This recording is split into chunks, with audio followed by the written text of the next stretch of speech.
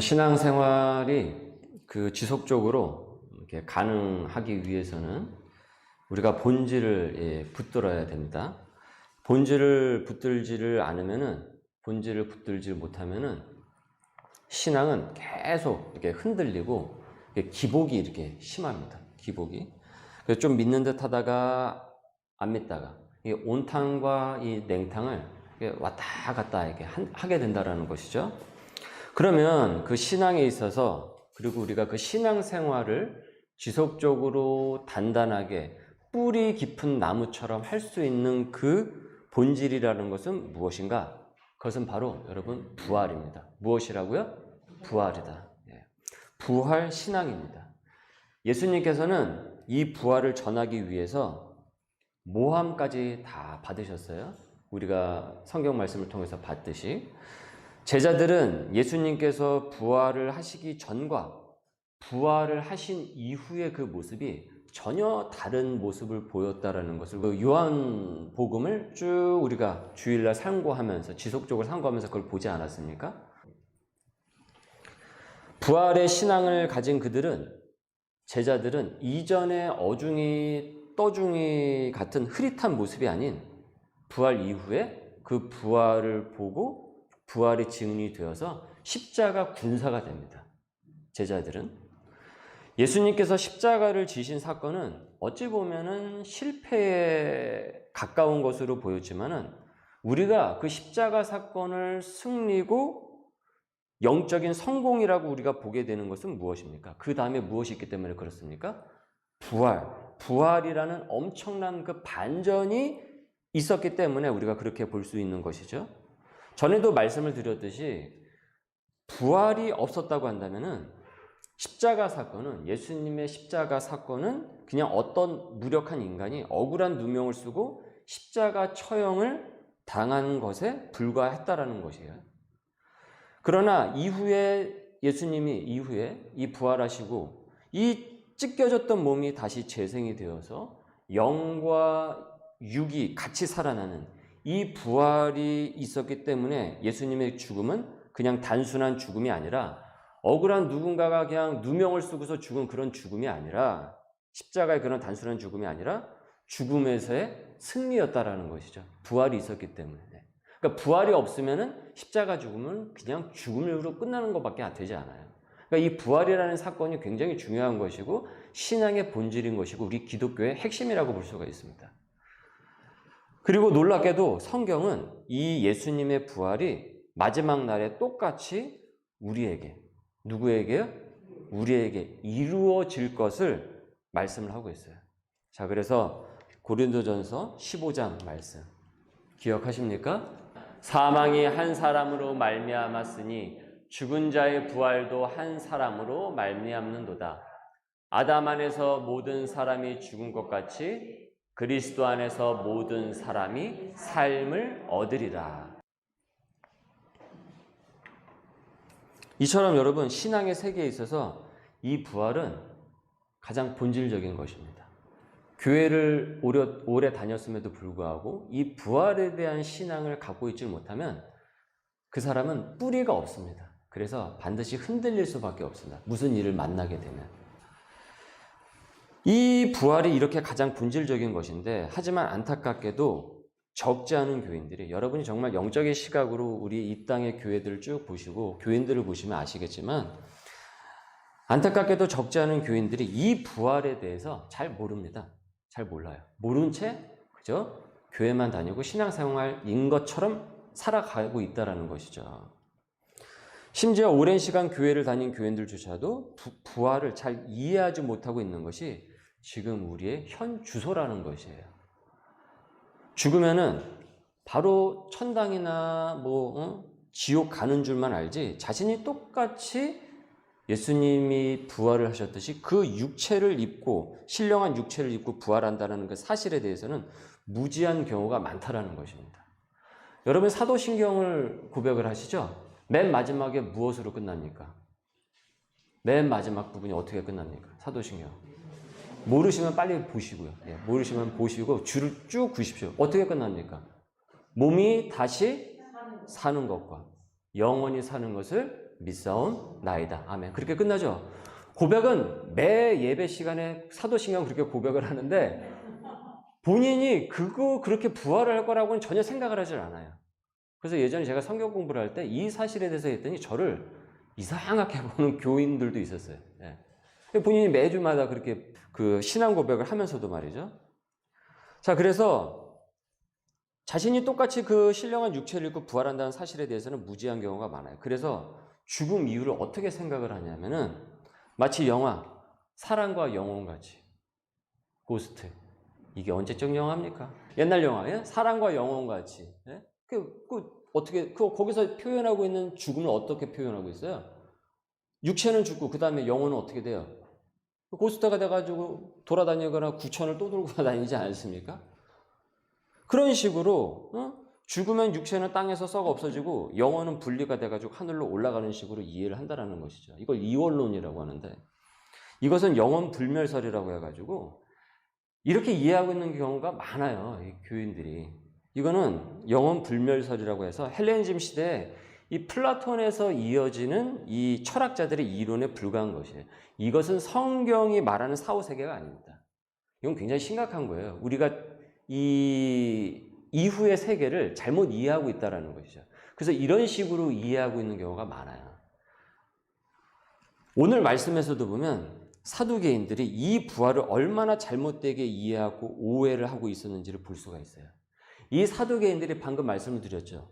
헬레니즘 시대에 그렇게 영혼 불멸설처럼 이해를 했다고. 헬레니즘 시대가 바로 지금 예수님이 살아계셨던 바로 이 시대가 헬레니즘 시대였어요. 이 헬레니즘의 문화가 막 유행을 하던 시기였단 말이죠. 그래서 여러분 신약 성경이 무엇으로 쓰였습니까? 헬라어로 쓰여진 이유가 바로 거기에 있는 것입니다. 구약 성경은 히브리어로 쓰여졌지만 그 신약 성경은 헬라어로 쓰여졌죠. 왜요? 모든 사람이 훨씬 더 많이 알고 있는 언어이기 때문에. 지금의 공용어는 뭡니까? 지금은 영어잖아요, 영어. 근데 그때 당시에는 헬라어가 영어처럼 쓰여졌던 시대였단 말이에요. 자, 그래서 오늘 말씀에서도 보면 이 사두개인들이 이 부활을 얼마나 잘못되게 이해하고 오해를 하고 있었는지 볼 수가 있는데 예수님께서 육체의 부활에 대해서 말씀을 딱 하시니까는 사두개인들이 이렇게 예수님께 되묻습니다. 만일 7형제가 있는 가정에서 제일 큰 형이 자식이 없이 죽었으면은 계대 풍습에 의해서 둘째 형이 그 형수를 자기 아내로 삼아야 되는데 만일 둘째도 자식이 없이 죽고 나머지 셋째, 넷째 그렇게 해서 7째까지 그렇게 죽고 나서 그리고 나중에 여자도 죽었다고 한다면 그래서 예수님 말대로 죽은 후에 육체가 다 부활을 한다고 한다면 그럼 도대체 그 여자는 누구의 아내가 되겠냐라고 질문을 한 거예요. 여러분 당시 유대 사회에는 이 계대 결혼이라는 것이 있었어요. 근데 이건 뭐냐면 신명기 25장에서도 보면 나오는데 유대인 남성이 자녀를 낳지 못한 채로 죽고 그리고 그 아내가 혼자 남게 되지 않습니까? 그러면은 그 중에 형제가 그녀와 결혼을 해야 됐던 것이에요. 그러니까 형수와 결혼을 해야 됐다라는 것이죠. 그래서 낳은 첫 아들이 죽은 자를 이어가는 상속자가 되는 것입니다. 지금의 우리 생각으로는 너무도 경악스럽지만은 당시 대를 잇기 위한 이런 풍습이 있었다라는 거예요. 이것은 한 가문과 유산을 유지를 시켜주고 그리고 고대 사회에서는 이 사회보장 제도가 전무했었기 때문에 당시에 자식이 없이 홀로 된 여인을 이 보살핀다라는 그런 취지도 있었던 것이에요. 이 사두개인들은 이 계대 풍습의 이 예를 들어가지고 지금 부활의 모순을 지적을 한 거예요. 만약에 그렇게 돼버리면 다 살아나게 된다 그러면 아니 그러면 이 여자는 누구의 아내가 되는 것이냐라는 것이죠. 남편이 7이 되는 것인데 그러면 오늘 말씀에서 이렇게 보듯이 이런 일이 정말 있었을까요? 이런 일이 있었겠습니까? 없었겠습니까? 이런 일은 없었죠. 여러분 어떻게 7명의 형제가 어떻게 이렇게 차례대로 다 죽습니까? 한두 명도 아니고 7명이 이렇게 차례대로 다 죽는다고요? 믿음이 엄청 좋으신데요. 7명이 이렇게 죽는 경우는 없죠. 네. 이거는 정말 세상에 이런 일이나 나올 법한 일이죠. 그런데 그런 극단적인 예를 들어서 지금 예수님이 말씀하신 이 부활을 논리적으로 파괴하려고 자기들 나름대로 이 근거를 갖다 댄 거예요. 만약 이런 일이 있게 되면 어떻게 되는 것이냐. 이 발칙하기는 하지만 당시로서는 어떻습니까? 일리가 있는 질문이기도 하죠. 우리도 이런 부분에 대해서 질문을 가질 수가 있죠. 무엇이냐? 아니, 목사님, 죽은 다음에 부활을 한다고 했지 않습니까? 말씀해 보니까 육체의 부활을 얘기하고 있는데, 그럼 새로운 몸으로 부활을 하게 되면은 어떤 몸으로 되는 건가요? 지금의 이 얼굴 모습 그대로, 주름 가득한 이 얼굴로 그대로 부활을 하게 되는 건가요? 아니면 정말 현빈 같은 얼굴로,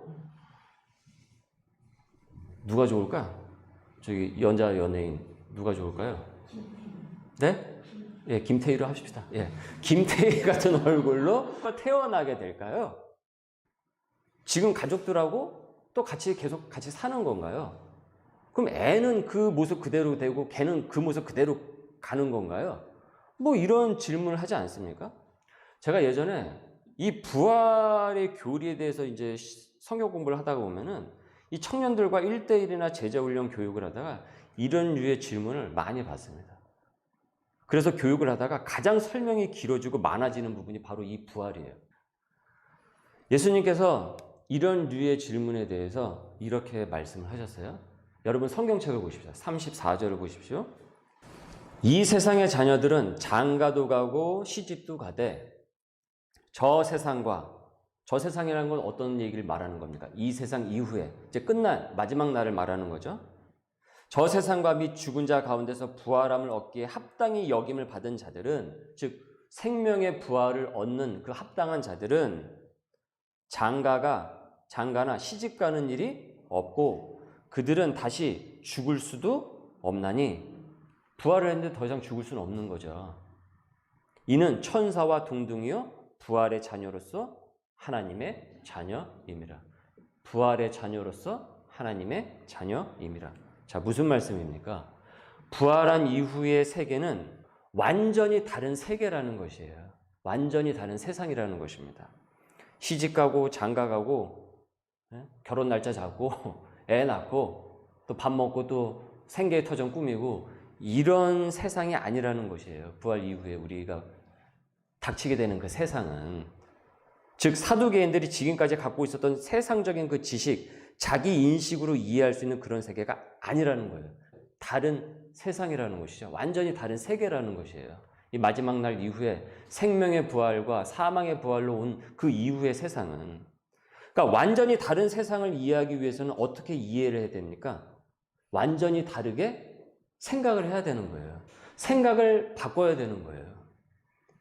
스티브 잡스가 기울어진 그 애플에, 회사가 기울어졌지 않았습니까?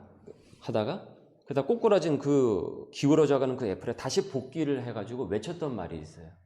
그 유명했던 말이 있고 그 광고가 있어요. Think different였습니다. 다르게 생각을 하라. 다르게 생각을 해라. 획일적으로 생각할 것이 아니고 다르게 창의적으로 생각을 하라. 그러니까 그것이 미래를 바꾼다라는 것이에요. 그래서 결국 다르게 생각을 해가지고 지금 이 세상을 어떻게 했습니까? 바꿔버렸잖아요. 그것이 긍정적이든 부정적이든. 우리 손안에서 지금 이런 세상이 펼쳐질 줄 누가 상상이나 했겠습니까? 완전히 다르게 생각을 하고 완전히 다른 접근을 했단 말이에요.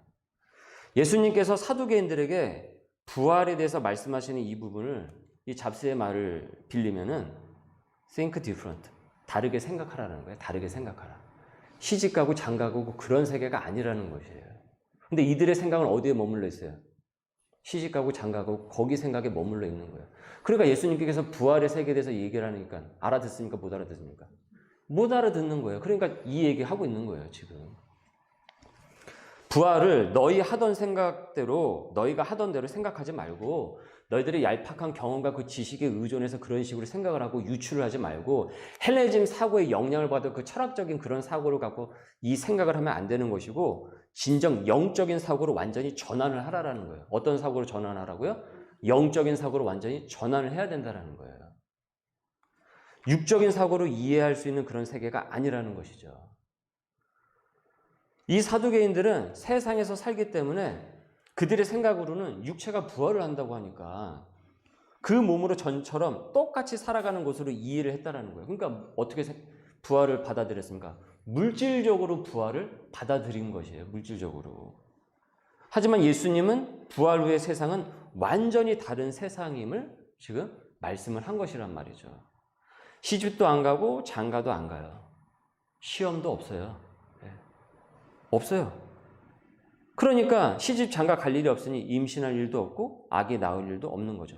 그리고 천사처럼 더 이상 죽지도 않아요. 완전히 새로운 세계가 열려 있는 것입니다. 사두개인들이 왜 항상 여러분 예수님과 마찰을 빚었는지 아십니까? 왜 예수님의 얘기에 항상 토를 달고 시비를 걸고 넘어졌는지 아십니까? 바로 이것을 받아들이지 못했기 때문인 것입니다. 도무지 자기들 사고로는 이것을 이해할 수도 없고 이해해서도 안 되는 것이었어요. 그러니까 이것은 예수님의 말씀이 허무맹랑한 것이어서가 아니라 사두개인들이 이 물질적인 사고, 이 세상적인 사고로 완전히 이 머리가 꽉 차 있어가지고 육적으로만 판단하려는 바로 육적인 사람들이었기 때문입니다. 그러니까 육적인 사람들이 어떻게 여러분 영적인 그 부활의 세계를 납득을 하고 이해할 수가 있겠습니까? 우리가 전도를 하고 하나님에 대해서 그리스도와 복음에 대해서 전할 때 완전히 벽에다 대고 얘기하는 느낌이 들 때가 있죠. 이해를 못하죠. 아예 받아들이지 못하죠. 죽으면 죽는 거지. 그리고 물고기가 자라가지고 사자가 되고 그 물고기가 인간이 되고 이런 진화론으로 완전히 이 사고가 점령된 영적인 세계가 하나님의 세계가 예수 그리스도 십자가와 죄와 이런 것이 어떻습니까? 전혀 납득이 되질 않아요. 우리가 죄인이야? 라고 얘기를 하면 뭐라고 합니까? 아, 내가 왜 죄인이야? 내가 왜 죄인이야? 그 얘기부터 우리가 듣지 않습니까? 아, 내가 누굴 죽였어? 사기를 쳤어? 뭐 내가 무슨 전과가 있어? 이분들이 생각하는 죄라는 것은 거기에 영역에 딱 머물러 있는 거예요. 이 형법과 이 민사법 여기에 걸리는 죄만 생각을 한단 말이죠.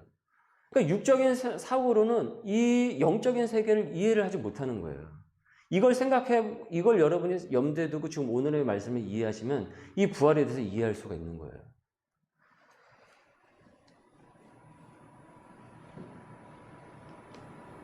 세상적인 사고로 영적인 부활의 세계를 이해한다는 것은 불가능해요. 그러니까 제가 말씀드렸죠. 1대인이나 제자훈련 교육을 할 때 가장 길어지는 부분이 바로 이 부활에 관한 부분이었다라고. 그래서 시간이 길어진다고. 이 개인적인 경험을 말씀을 드렸어요. 즉 너무나도 우리가 세상에 익숙해 있고 영적인 하나님의 세상에 관심을 쏟을 그 여력을 빼앗기다 보니까 그것이 없다 보니까 우리의 삶의 이 라이프 스타일 자체가 이미 거기에 너무나도 세속화가 되어 있다 보니까 세상적인 사고를 내려놓고 영적인 사고로 전환을 하는데 시간이 많이 걸리게 되는 것입니다. 제가 멜론 그거 있지 않습니까? 그 앱이 있잖아요. 그걸 찬양 때문에 제가 이제 가입을 했는데 그게 한 3명인가 4명 정도는 같이 들을 수 있는 것 같아요. 그 아이디로 해서. 그러면 우리 딸아이가 이제 저의 아이디로 그걸 이제 듣는데 제가 누차 얘기합니다. 너무 세상 노래 막 듣지 마라. 비트만 좋다고 해서 그 노래가 그 음악이 아니다. 가사가 굉장히 노골적이고 그런 것이 있다. 그리고 주일날은 웬만하면 듣지 말라라고 얘기해요. 찬양을 들으라고 해요. 왜 그렇습니까? 제가 왜 그런 얘기를 할까요? 주일날 예배를 드리는데 귀에다 꽂고 계속 그런 음악을 듣고 예배를 드리면 어떻겠습니까? 그 예배가 온전히 찬양이 집중이 될까요? 되지 않을까요? 집중이 되게 어렵죠. 시간이 걸리죠. 말씀으로 예열이 되어야 되는데 미리 와서 기도를 하고 예열을 해야 예배가 온전한 예배가 되는데 이미 팝이라든지 블랙핑크, BTS 또 이거 혹시 다 요거도 먹지 않을라 몰라. 그 음악을 다 듣고 예배를 드리는 찬양이 그게 들어오겠냐라는 거예요. 그래서 제가 청년들한테 제가 청년 사역할 때도 그랬어요. 헤드폰 끼고 와가지고 그렇게 예배당에 앉지 말라고. 찬양이 아닌다면 주일날 자꾸 그 음악 듣고 오지 말라고. 예배 집중 제대로 안 된다고. 마찬가지다라는 거예요. 우리가 이미 거기에 너무 영향을 받으니까 이 영적인 얘기를 해도 이게 어떻습니까? 시간이 너무 많이 걸리게 되는 거예요. 그래서 여러분 신앙생활이 안 되는 것이에요. 이 물질적인 세계에서 말씀의 세계로 전환이 일어나야 되는데, 성령을 느끼며 영적인 세계로 전환이 일어나야 되는데 그것이 안 되는 것입니다. 사실 우리가 하나님을 믿는다라는 것은, 한 번도 가본 적이 없는 천국에 소망을 둔다라는 것은 우리가 육적인 사고로는 이해할 수가 없어요. 이 세상에서의 야망과 욕망적인 것에 성취의 목적을 두고 이것을 보완해 주기 위한 이 도구로 신앙을 사용을 하게 되면, 이런 식의 사고로는 부활을 이해할 수도 없고 부활의 신앙을 갖고 살아갈 수도 없습니다. 즉 정말로 가슴 깊숙이 믿는다라는 것이 힘들기 때문에 삶 속에서 신앙의 그 힘, 그 파워가 제대로 나타나지 않는다라는 거죠. 그래서 신앙생활이 안 되는 거예요. 교회를 다녀도. 부활의 신앙이 없으니까. 뿌리가 약하니까. 사실은 이것이 우리 예수님께서 이 세상에 전하시고자 했던, 우리에게 전하시고자 했던 가장 중요한 신앙의 본질인데도 말이죠. 예수님께서는 사두개인들에게 다시 부활을 설명을 하시는데 모세의 예를 드십니다. 다시 모세의 예를 들어서 사두개인들에게 설명을 하세요. 자, 보십시오. 37절과 38절의 말씀입니다. 모세도 가시나무 떨기에 관한 글에서 주를 아브라함의 하나님이요 이삭의 하나님이 야곱의 하나님이라 칭하였나니, 하나님은 죽은 자의 하나님이 아니요 살아있는 자의 하나님이시라. 하나님에게는 모든 사람이 살았느니라 하시니. 이렇게 말씀을 하셨어요. 자, 이게 무슨 뜻인가? 모세가 불타는 떨기나무를 통해서 하나님을 직면을 하게 되죠. 그 장면을 여러분 기억을 하시죠? 모세는 거기서 이집트에서 노예로 살던 히브리인들을 구해내라는 소명을 받습니다. 그 소명을 주시면서 그때 하나님께서는 모세에게 무엇이라고 말씀을 하셨냐면, 나는 아브라함의 하나님, 이삭의 하나님, 야곱의 하나님이다. 살아있는 자의 하나님이시라 라고 말씀을 했어요. 근데 여러분, 이때 모세가 소명을 받았을 때 이미 아브라함은 죽었고 이삭도 죽었고 야곱도 죽었어요. 그렇죠? 그런데 살아있는 자의 하나님이시라고 본인 스스로 하나님께서 당신을 가리켜 말씀하셨단 말이에요. 이 말에는 하나님께서는 바로 부활의 하나님이다. 즉 아브라함도 이삭도 야곱도 부활을 하기에, 장차 부활을 하기에 그들은 실은 죽은 것이 아니라는 것이에요. 그래서 부활 때에 다시 살아난다라는 것이죠.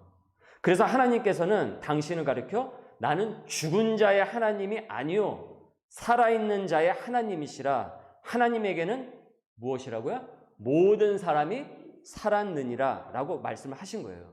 모세의 이 사건이 구약 성경에 기록이 되어 있는데 이것이 부활 교리였음을 예수님이 사두개인들에게 지금 이 시간에 언급을 하신 거예요. 이들이 자꾸 답답한 소리를 하니까, 아, 예수님, 아니 부활이 말이 됩니까? 아니 그러면 계대 풍습에서 이렇게 되는데 그러면 누구의 아내가 되는 거예요? 누구 와이프가 되는 거예요? 이 얘기를 하니까 지금 예수님께서 구약 성경에 있는 모세가 하나님께 소명받았던 그 얘기를 갖고 와서 지금 이 시간에 실시간에 말씀을 지금 사두개인들에게 전하고 있는 거예요. 그런데 사두개인들은 모세 하지 않습니까? 모세 하면 껌뻑 죽습니다. 모세 선생님 하면서 껌뻑 죽는단 말이에요. 그래서 지금 이 모세의 율법에 대해서 또 쭉 얘기를 하면서 예수님께 얘기를 했잖아요. 이 계대 풍습에 대해서. 자, 그럼에도 이들은 이 모세의 구절에서 무엇을 발견하지 못한 거예요? 부활의 교리, 부활의 구절, 말씀을, 복음을 발견을 하지 못한 거예요. 똑같은 성경을 보면서도. 그러던 중에 예수님이 이 모세의 예를 드시니까 한 거죠. 한 거죠. 아, 이게 그 내용이었어? 교우님들도 그럴 때가 있죠. 성경을 읽다가 한참 나중에 돼서야, 시간이 한참 흐르고 나서야, 아, 이게 그 내용이었구나. 아, 그때는 내가 왜 이걸 몰랐지? 그럴 때가 있죠. 예수님이 이 말을 옆에서 잠잠히 듣던 서기관이 무릎을 칩니다. 39절입니다. 읽습니다. 시작. 서기관 중 어떤 이들이 말하되 선생님 잘 말씀하셨나이다 하니, 아이고 선생님, 이게 그 말씀이군요. 말씀 잘하셨습니다. 아이고 이제야 제가 그 뜻을 알겠습니다. 그래서 그 옆에 있던 서기관이 무릎을 쳤다라는 거예요. 그리고 40절입니다. 읽습니다. 시작. 그들은 아무것도 감히 더 물을 수 없음이더라. 더 이상 사두개인들은 질문을 퍼부을 수가 없습니다. 질문을 계속 그런 질문을 퍼부은 것은 의미 없는 육적인 질문일 수밖에 없는 것이죠. 다르게 생각을 해야 되는데 그 생각을 바꾸지 않는 질문은 무의미한 우문에 불과하다는 것이죠. 그런데 이 우문을 예수님께서는 말씀을 통해서 현답으로 이들에게 제시를 하신 것이죠. 우문 현답이 바로 이런 장면 아니겠습니까? 그럼 여러분, 왜 사두개인들은 똑같은 성경을 보면서도 이 모세의 사건에서 부활의 힌트를 발견하지 못했던 것입니까? 왜 발견하지 못했을까요? 그들의 마음이 여전히 어두워서 그런 거예요. 그들의 사고가, 생각이 여전히 바뀌지 않았기 때문에. 그래서 이 사두개인들이 신앙생활을 하지 못한 거예요. 성경을 갖고 있음에도 불구하고 신앙생활이 안 되는 거예요. 그래서 성자 하나님인 예수 그리스도를 눈앞에 두고도 예수님을 죽이지 못해서 안달이 났던 것이죠. 실은 그들은 하나님을 믿는다면서 지금 어떻습니까? 하나님을 죽이려고 지금 한 것이죠. 그러니까 얼마나 어처구니 없는 현실입니까? 하나님을 믿는다고 하면서 예수님을 죽이려고 해요. 그럼 그것이 결국은 하나님을 죽이려고 한 것이잖아요. 그들은 성경을 읽는다고 하지만 여전히 육적인 사고, 물질적인 사고에 갇혀 있었던 것이에요. 그러니 부활에 대해서 자기들 딴에는 논리랍시고 막 얘기를 하는데, 형이 하나가 죽으면, 그리고 또 죽으면 7명 다 죽으면 나중에 누구 와이프가 되는 것입니까? 라고 질문한 것이죠. 여러분, 이건 굉장히 코미디 같은 이 장면이에요. 말씀의 맥락으로 이렇게 쭉 보게 되면. 자, 그러면 결론적으로 그럼 우리는 어떻게 해야 부활의 신앙을 온전히 우리가 소유를 해서 갖고 가서 단단한 소명인으로 거듭날 수가 있는가?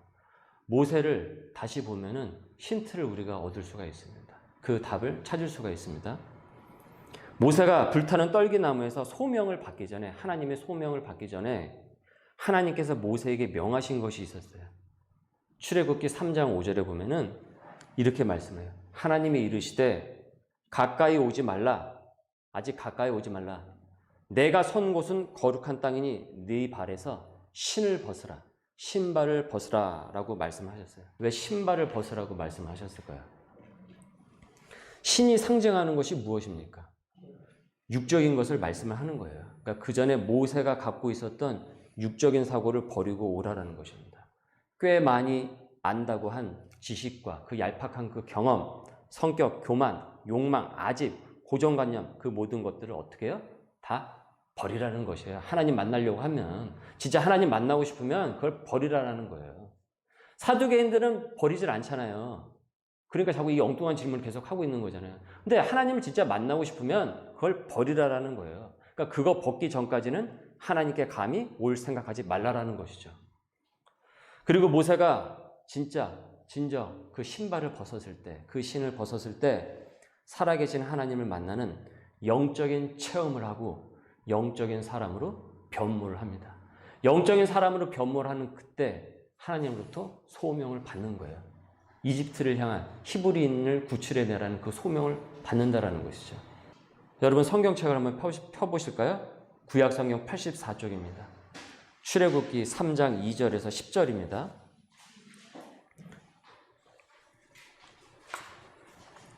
여호와의 사자가 떨기나무 가운데로부터 나오는 불꽃 안에서 그에게 나타나시리라. 그가 보니 떨기나무에 불이 붙었으나 그 떨기나무가 사라지지 아니하는지라. 3절입니다. 이에 모세가 이르되 내가 돌이켜 가서 이 큰 광경을 보리라. 떨기나무가 어찌하여 타지 아니하는고 하니 그때에 4절 제가 읽습니다.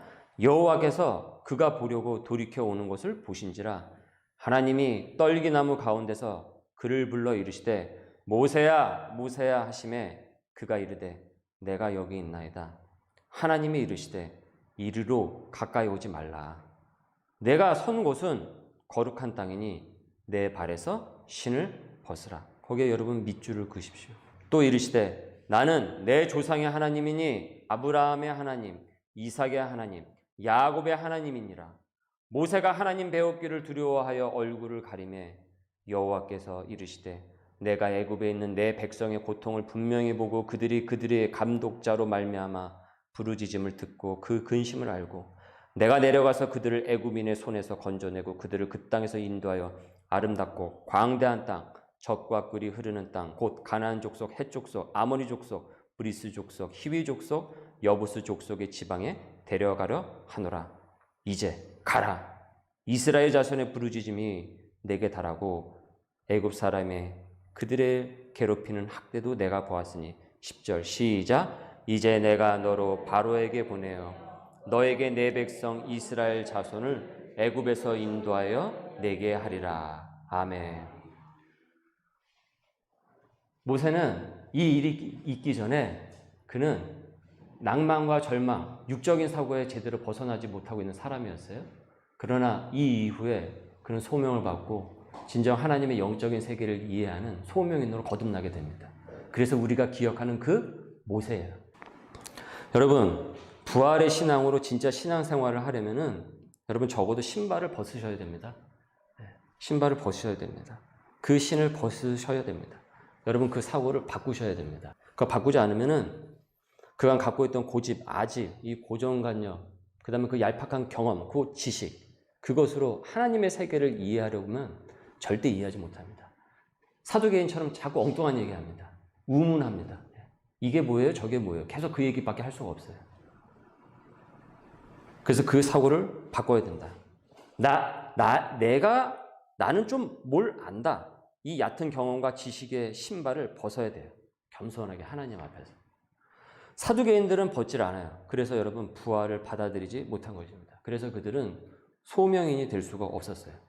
그 사고를 바꾸질 않으면 신앙생활이 되지 않습니다. 성경을 읽어도 사두개인들이 부활을 발견하지 못하듯 하나님의 뜻을 발견할 수가 없습니다. 하지만 벗으면 소명을 받습니다. 여러분 이것을 위해서 열심히 기도를 하십시오. 하나님 앞에 엎드리십시오. 내가 틀렸습니다. 하나님이 맞습니다. 이것을 인정할 수 있는 우리 소명 식구들 될 수 있기를 바랍니다. 36절 오늘 말씀해 보니까 너희는 부활의 자녀로서 하나님의 자녀라. 너희는 부활의 자녀로서 하나님의 자녀라 라고 말씀을 했어요. 우리는 부활의 자녀이고 하나님의 자녀인 사람들이에요. 부활의 자녀는 세상과 똑같이 생각하지 않습니다. 세상과 다르게 생각해요. 세상이 생각하는 식으로 생각하지 않습니다. 세상과 다르게 생각을 한다라는 것이죠. 이 세상의 빛과 소금이 되라고 예수님이 말씀하셨죠.